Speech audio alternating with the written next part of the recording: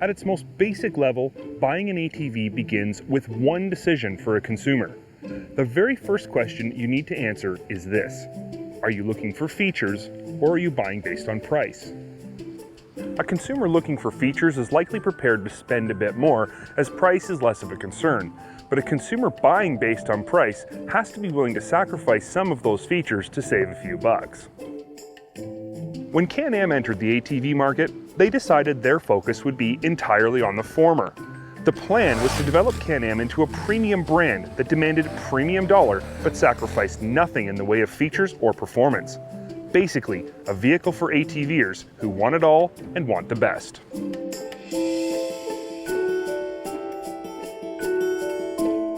And it's hard to argue they didn't achieve this goal. Historically, Can-Am ATVs have cost more than their competition, but because they include more features and offer higher performance, consumers didn't think twice about spending more money on a premium product. But times are changing. Today, in nearly every consumer marketplace, we see premium brands offering scaled-down versions of their products at lower price points in the hope of attracting consumers who list price as the most important consideration when buying.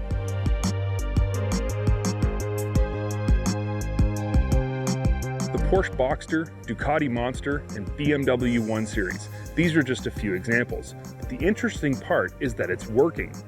People who would typically have passed these brands over are now giving them a serious look. These price point vehicles have a lower retail, but still offer the premium quality, feel, and performance that comes with their respective brands. So the question Can-Am asked is this: can this same philosophy work in the ATV industry? And the answer is clearly yes.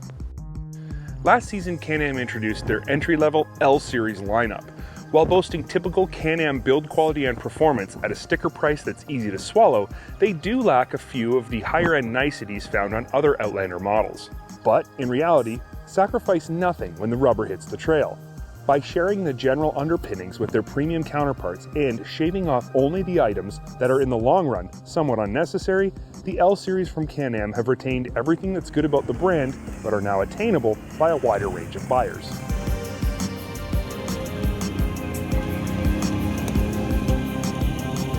So why is this important? If Can-Am was selling premium ATVs at premium prices and was doing well, why bother with the L Series? Simple. Loyalty. If an ATVer buys a Can-Am and has a great experience with it, regardless of what features it may or may not have or how much money they may or may not have spent, they'll probably buy another one. Brand loyalty isn't entirely a choice. It's part of the human condition. We're attracted to what we know is good.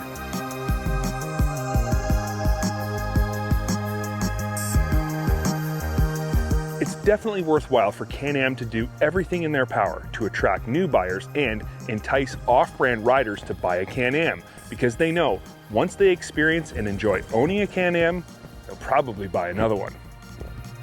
The statistics say they'll likely buy a higher-end model in the future, they'll probably recommend Can-Am to their friends, and they'll visit their Can-Am dealer for both service and to purchase accessories.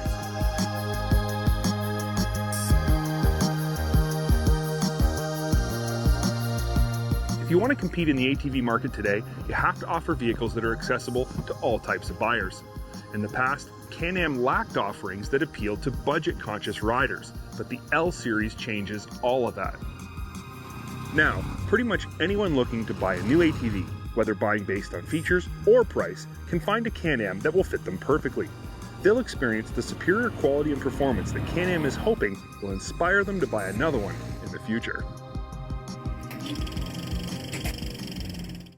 If you've enjoyed watching this Trax TV segment, we encourage you to subscribe to our YouTube channel so you'll never miss another update.